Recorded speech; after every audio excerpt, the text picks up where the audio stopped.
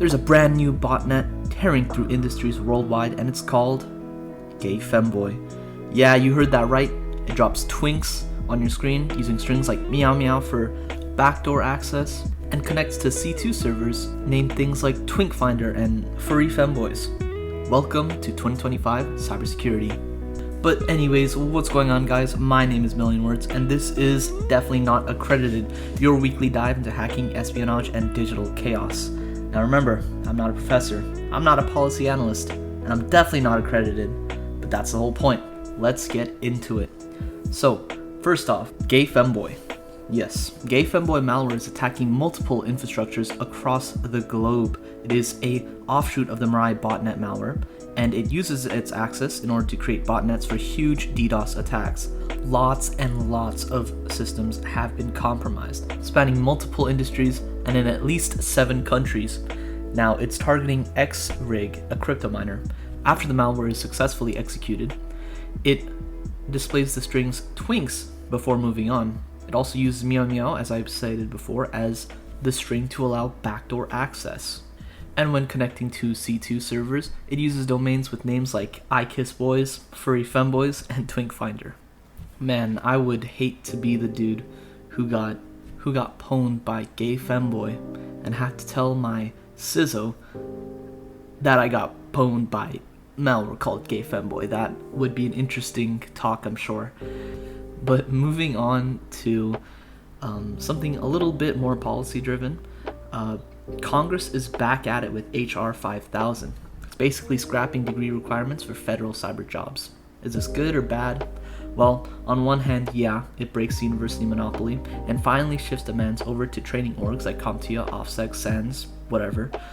I really hope not EC Council, but whatever. The problem with this that I find is I don't think it fixes the real issue. The government's hiring process is slower than fucking dial-up internet. The big loss isn't degrees, it's time, okay? By the time that you get a conditional job offer, the opportunity cost of waiting for this job offer is insanely high. But honestly, I still think that this is a win. At least it opens the door for more people who actually have the skills, but just don't want to waste 4 years writing papers about Java and taking courses that do not relate at all to their jobs.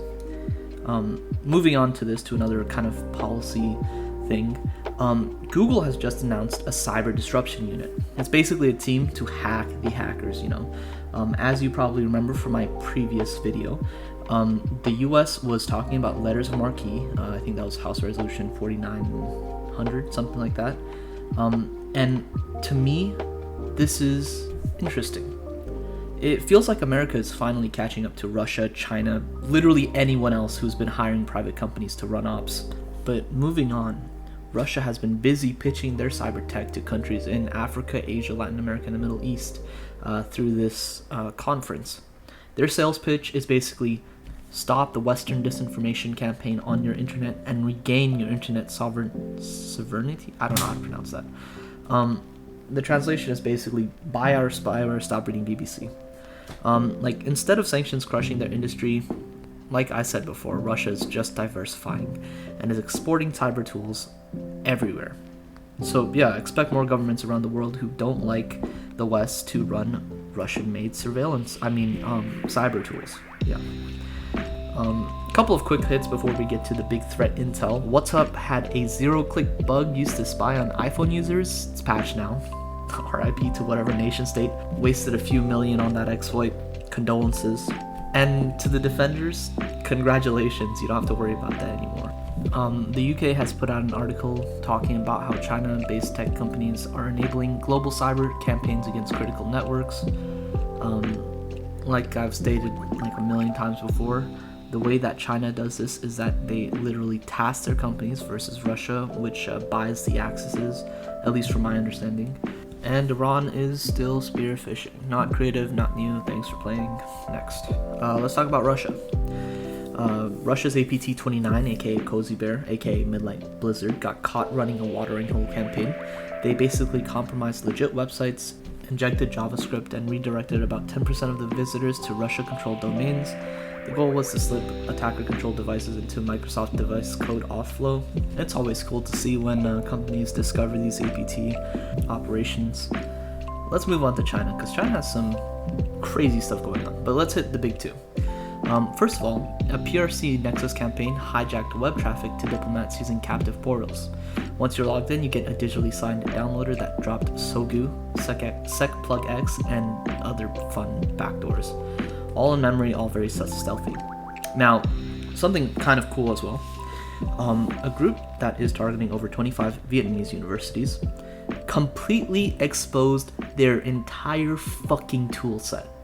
Like the entire directory wide open over HTTP. It's beautiful. We're talking cracked Cobalt Strike, local accounts like IIS users, passwords like pass123, and scheduled task name maintain RDP for persistence. Like, this is horrible. For OPSEC, they just deleted all the logs and hoped that no one noticed. Yeah, like a fucking 5-hour gap in logs isn't suspicious at all. This isn't the A team, it's not the B team. This is like if some university kids took the OSCP and created a super cool hacking club. But the fact that they got access is kind of sad, and it's reflective of the cyber landscape. You don't have to be good, you just have to be better than people who don't care. That's not that hard. Moving on to some pretty scary stuff. We're starting to see joint China-Russian ops. A group called Silk Shadow has compromised at least 35 government victims. Seems like Russians are handling the malware and initial access. Chinese are running lateral movement and data theft. And I'll be honest, the Chinese are pretty good at this persistence and lateral movement. In fact, Salt Typhoon was seen being extremely well versed in this type of stuff. There's another group, I forgot what it was, but it was, I think, 3 groups who were all in one network at the same time, and it seemed like they were kind of handing off accesses and just working together to make sure that they're not detected. Like, it's some crazy stuff. And the only issue that I have with this is I'm not sure if this is Chinese government actors or if this is just some group of people who wanted to get together. Because some of that data did get dumped, and by dumped I mean sold onto the dark web. But whether this is state enabled or just state adjacent, I think it's proof that collaboration, at least in the cyber world, is not theoretical anymore, it's operational. Now, let's skim over some of the other threats that's worth mentioning. Garmadon, APT C53, or Primitive Bear, remember Bear is anyone in Russia, is now hiding traffic inside Microsoft dev tunnels. They're disguising malicious links with the old @ redirection trick, where security devices only check the domain name before the @ and ignore the rest. Very sneaky, very effective.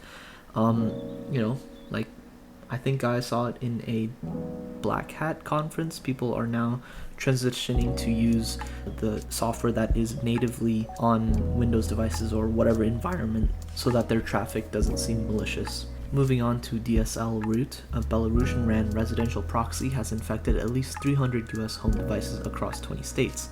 Looks boring until you realize it gives them persistent access into American home networks with plausible cover. And finally, a PRC actor called TOATH is targeting dissidents and journalists by hijacking an abandoned software update server. Moral of the story, don't let your domains lapse, or China will adopt them like stray cats, or pandas I should be saying. It is very interesting though, because I don't believe that a lot of thought is put into the software development cycle, and it's not really one that you think of when you think about cybersecurity. But anyways, that's going to be it. From furry botnets to Russian spyware roadshows to Chinese hackers using cracked Cobalt Strike, this week's been chaotic. Which story blew your mind the most? Gay Femboy, Cozy Bear watering holes, or the Vietnamese university screw-up? Drop it in the comments and I'll actually read them. And if you want your weekly dose of chaos explained by someone who's not a professor, not a policy analyst, and definitely not accredited, hit subscribe. At least I'm patched. I'll see you next week.